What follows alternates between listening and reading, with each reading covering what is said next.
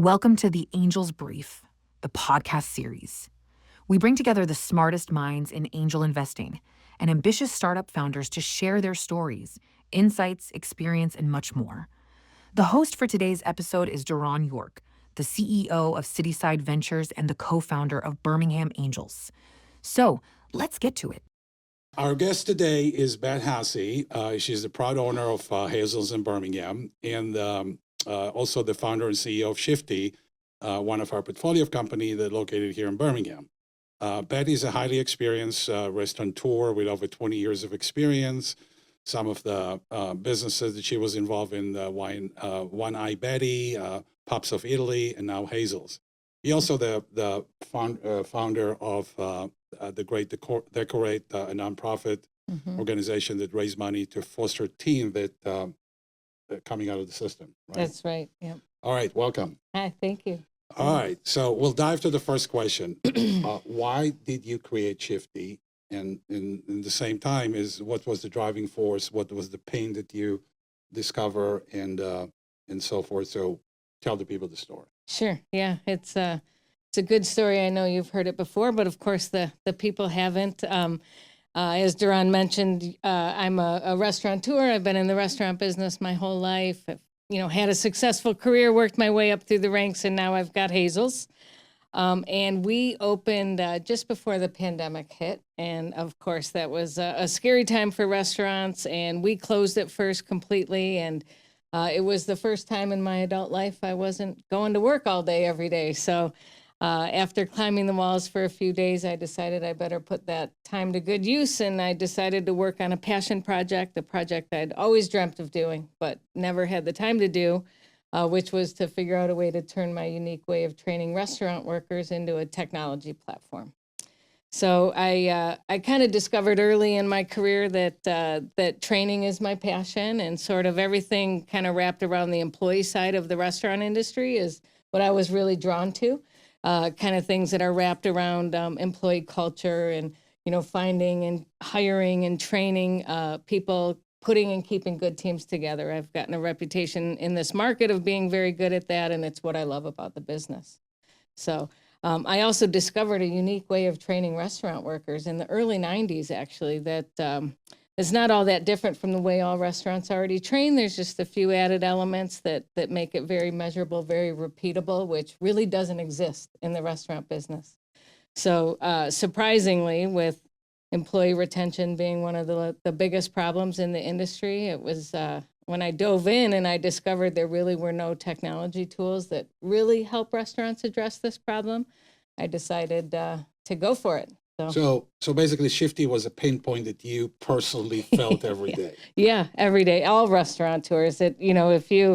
I can almost guarantee any restaurateur, if you ask them what is their biggest challenge, their biggest struggle, every time they'll say, it's the people. It's finding and keeping good employees. It's a big issue. So just to give people the context, so the platform is a platform that allow the restaurant owners to train the employees on the go, so to speak. You kind of, instead of double them down with another employee to take time to do it, just having on their palm of the hand the whole training. And also, I understand recently you also have a scheduling tool, scheduling the employees, so the manager have an easy time to do that, right? Yeah, it's sort of our elevator pitch is we are training, engagement, and scheduling for restaurants. So training, that's one thing, regardless if you're a mom and pop restaurant or a fancy, high-end steakhouse, you still have to train the employees the same way. You got to get your new employees through their training journey, and that's one of the things that Shifty helps with. But right now, the big piece is engagement. Engagement is a big buzzword in the industry right now, especially with Gen Z workforce. It's very important that this latest generation, feel engaged and feel appreciated, and having a tool, it's the language they speak. It's the best way to reach these young people is to reach them on their phones. So it's very effective. And then scheduling, we didn't start out being a scheduling app. And we discovered pretty quickly that it just made sense to add scheduling to the platform. Not all restaurants know they need a training and engagement platform, but every restaurant needs scheduling. So I got was it. an easy decision. Okay, that's great. So if you look in your journey, you started the company how long ago? Well, 2021 is when the company was formed. We launched about 3 years ago. So, So 3 years into it, what can you, if you're speaking to other founders that are looking at it, what are the top 3 learning things that you can take away from your journey that you will recommend every founder that go about to do that, either not to do or to do more of? yeah.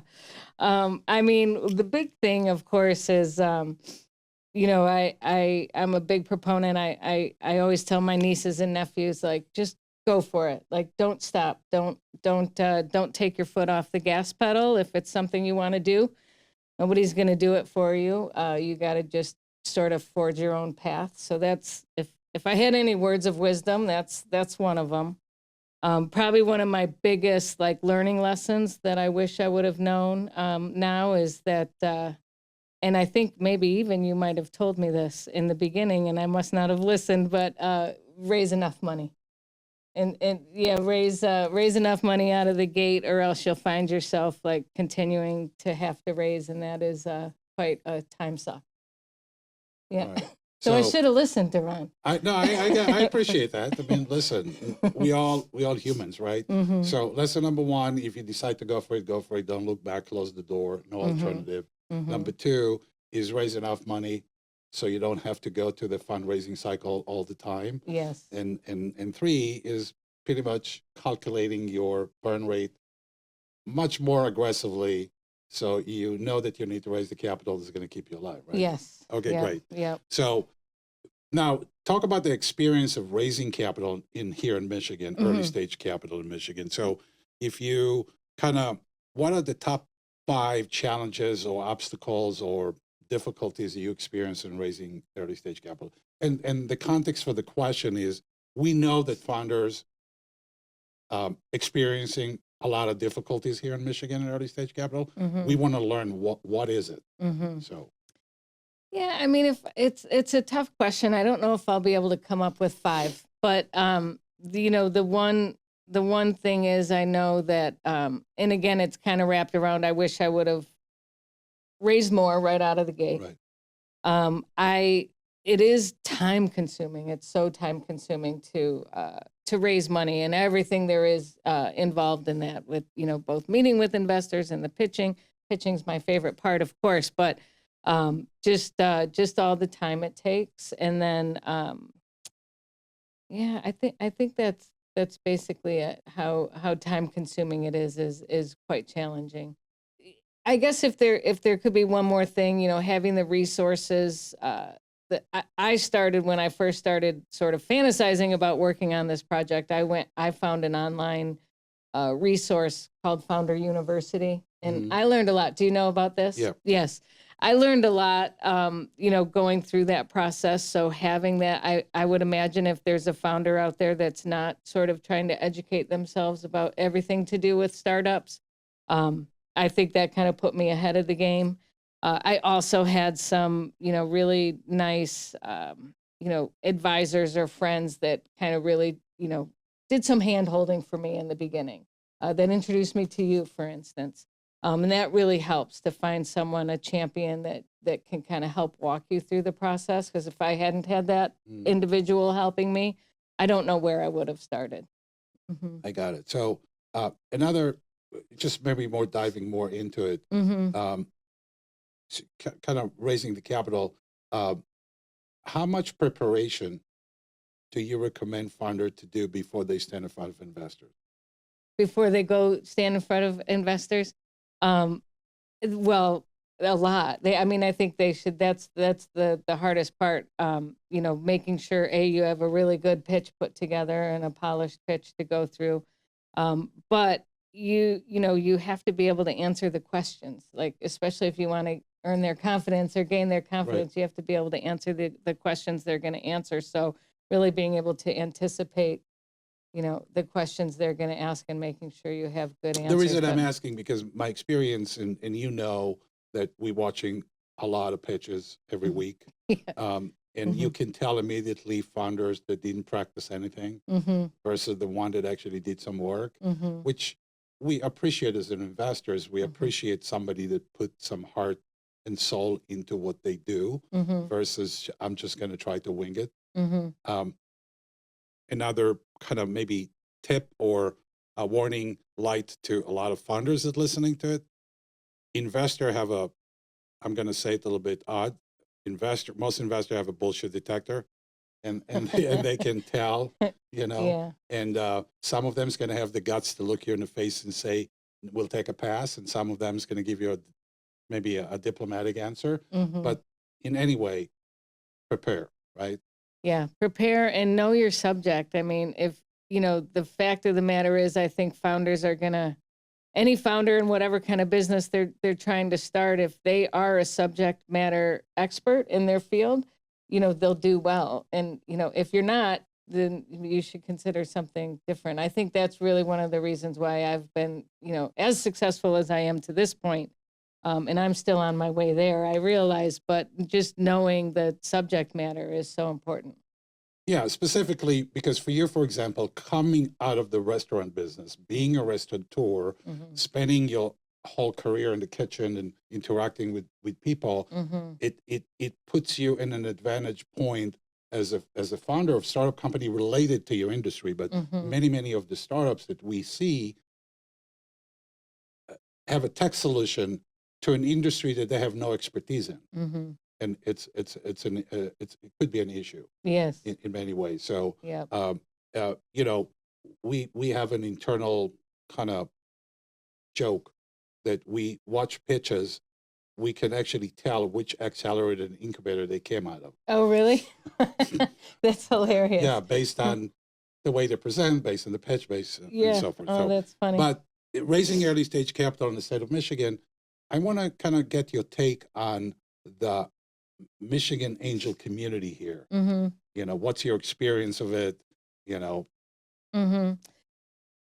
Yeah, I mean, I think I've been a and little. you shouldn't be polite because the whole point of for us is to make it useful so we can make a dent and change. Of course, yeah. I hope I have something useful and helpful to say. I mean, for me, I think I've been lucky because I had some connections that really, like I said, sort of, took me by the hand and guided me into it.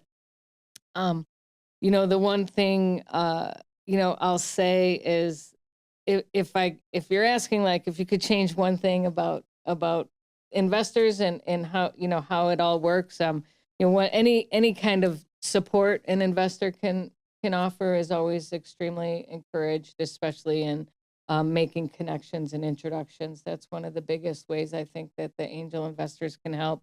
I've got a great group of early investors here, so I'm very lucky. I've got, a few that I don't hear from ever, and that's great. I've got a few that are very, very involved, and they're ones I can, pick up the phone and pick their brains and ask questions, and that's extremely useful and helpful.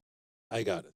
So, so if founders that listening, why, and maybe for you it's more difficult to answer the question, given you kind of network you have around you. But why do you think it's difficult for early stage companies in Michigan to raise early stage money?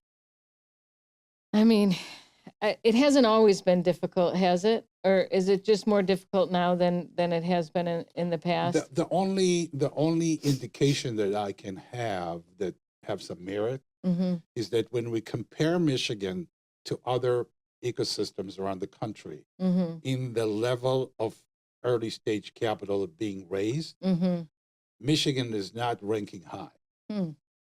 According to University of Michigan, Professor David Brophy and others, close to half of the companies that starting in Michigan end up leaving the state because they can't find the early stage capital. So there is later stage money here. There's a lot of private equity groups in Michigan and a lot of venture capital, which, by the way, 70% of the capital is being invested outside the state of Michigan. Really? Yes, it's weird That's statistics. Not good.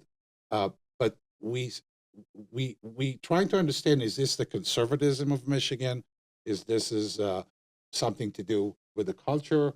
Midwest culture, but even Ohio kicking our butt in early stage capital. Oh, that's interesting. So that's why we're trying to understand the perspective but most startups that we talk to experience difficulty.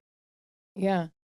I'm afraid I don't have a good answer for that question. I feel like I'd be curious to know if you know a little bit about my story and my experience raising funds thus Right. far. Mine came pretty easy. Did it? Or It came pretty easy because for us as an investors, there's something also that founders that listening may want to know. It depending where the deals come from. So if somebody just knocking the door out of the street, we're going to take it differently than a deal that came from another investor or a friend or a colleague or a business partner. And Shifty came to us through actually somebody in the restaurant industry that came and mentioned the name, and then we kind of dive into it. Yeah. So yes, but yeah. It's interesting because, if you think about parts of the country, if we're talking about Michigan and why it's hard, but, there's Silicon Valley and there's Austin, Texas, which they're saying is the new, Silicon Valley. And maybe it's, to invest in an early stage company. I mean, really the the very early stage investors that I found at that point, I didn't have a product. I hadn't chosen our developers. I mean, it was just an idea at that time. And it's a big leap for people, right? To invest in. Well, it's a good point. So stop for a minute. I want Okay. to say to people in the audience, this is my perspective only. And although I'm in the angel investing space for a long time, it's a misconception about what angel investing is all about. Angel investing, most angel investors will take a chance on company that's basically have like a drawing board or a concept. They don't require a lot of revenue. They don't require the company. Half the company we invested in pre-revenue. So true angel investing is taking a chance on something that could be an idea, could be a proof of concept, could be even ready for market, but not yet tested the market, which is different than the venture capital market, which is require revenue and history and all that stuff. So true angel investing, taking a chance on people. It's a human calculation, not financial calculation. Yeah, and you have to be able to see the vision, and maybe people in other parts of the country have a more vivid imagination, perhaps. But it's a dichotomy. Why? Because Michigan companies, for the most part, coming with a much lower price tag than company in Silicon Valley, in Austin, Texas, New York, or Chicago. So from that perspective, it's better to invest in companies in Michigan because the deal the investor is getting is much better than other ecosystems. Because we're not getting as big of valuations as. They don't come as an expensive price tag. They don't come with a crazy valuation like you see in Silicon Valley or Chicago, New York, and so forth. But it is interesting to hear the founder's perspective. So, one of the questions, and you answer part of the question before. Looking backwards, what is that you didn't know they didn't know that if you knew it then, things would look different for you in the journey. Not just about money, but in general. Sure. Yeah. I mean, one of the, I think, biggest, most important decisions I made, and lucky for me, I'm on the side of I made the right decision, but was who to hire to develop the technology. The question was, do you hire a developer? Do you hire an American software development agency, or do you go overseas and manage the project that way? So that is a huge, huge decision, I think, for founders if we're talking about creating technology. Right. I'm lucky. I found a couple of freelance guys that ended up working out very well for me. But the big thing is, looking back, put some more thought into the valuation. I know that it's a little bit of a guessing game when you're early stage. But put some good thought into the valuation. And if you're thinking of, whatever amount of money you're thinking of raising, double or triple it. Really, it would be my advice. Looking back, I wish I would have raised about 3 times as much as I did on my first round. Which another red light for founders. Sometimes whoever give you the advice is if you're going to come up with, I'm raising $2 million or $3 million, you may scare the investors off a little bit. But if you come and say, I'm raising only $250,000, usually the investor said, cannot be right. Because That's what you said. Right. Yes. We have the 2.5 time factor, we call it. So if, when you say I'm raising $1 million, we should always multiply it by 2.5 times. So you actually need 2.5 million. And if you say I'm going to do $2 million in revenue, we grade it down 2.5 times to see if it's going to hold, right? Yeah. But okay, that's great. So raise more money than you think. Yes. And make sure that you make the right decision about the tech team. Yes. And one other thing, it's funny to me because my paradigm is the restaurant industry. So I've been in the restaurant industry my whole life. Our customers come in and we charge them, they pay for what we give them. Well, when I got into the tech business, when I launched my app, I started charging people right away. So we started bringing in revenue very quickly, which looking back, so many founders says, what, people are already paying for your app, I guess. I didn't do my research in knowing that most tech companies spend a year or two where they have to give it away for free. So if you think you can't charge, I think you can. So that's right. Another. So this is another thing this is another thing you get some revenue. In investors we're looking at, we call it profitable revenue model. So yes, you go out the gate, you put your stuff out there. The first thing we need to know, which somebody will pay for it. Yes. It's not about the revenue you're stacking. It's about proving that somebody actually willing to pay for it, have much more value than I'm giving it for free and see if I can convert later. Yes. Right. Yep. Okay, That's good. right. So why do you give me kind of the outlook, Shifty 2030? Yeah. 2030. That's exciting. Hopefully I'm going to be on a yacht. No, things are looking really good for Shifty. We've really have been picking up traction. We went from 100 locations to we're now at almost 500 locations in about 9 months. So that's exciting. We're kind of expanding into other industries without even trying. People are hearing about it and asking us to. So, it's exciting. We're now in the process of raising some money right now. We're, hoping, knock on wood, it might be the last money we have to raise because we're not far from being cash positive. So, things are looking good. Hopefully by 2030 we'll be acquired and I'll be on my yacht. Hey, I'm rooting for you. Yes. You get acquired. Yes. We can go on the yacht. Yes, that's right. So, it's like many startups falling into the category of what we call the Pac-Man. Remember the game, the Pac-Man, that going and eating. But the thing with Pac-Man is eating everybody, but he doesn't get bigger. So we Right. some startup companies have become like the Pac-Man. They keep eating capital, but they don't get bigger. Right. That's funny. So Okay. we're looking at that. Yes. So the last thing is, of course, just to give you the mic. Anything else that you want to say to investor, founder, suggestions, recommendations, anything? Yeah, just my best advice for a founder is do your research and try to educate yourself as much as you can going into it. Don't be afraid to raise money and ask for, me, I tried so hard. Well, I tried to be modest in my first raise to prove that I was not making foolish decisions. And anyway, so I encourage you to don't be afraid to go for it. Ask for what you think you need to get.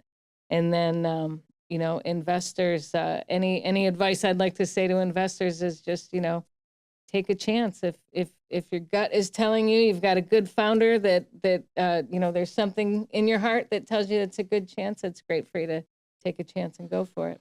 Well, I appreciate it, Beth. I mean, I see you here quite a bit, meeting with the team. So, and plus your restaurant is across the street from us. So I appreciate it. And, I know you're raising capital right now. Anybody that's listening, if you're an accredited investor or advisor and you want to inquire more about Shifty current raise, you can reach out to us and we'll. But I really want to thank you for taking the time to be on the podcast. I know some people, it's not the comfortable space to be with a microphone in your face and a camera. I'm going through this myself. And I wish us that 2025 is going to be a milestone year for Shifty, and Yes. we'll do whatever we can. Yeah, thank you so much. Thank you. Thanks for having me. Okay. Are you interested in becoming a member and joining our group? Please contact Doron York by phone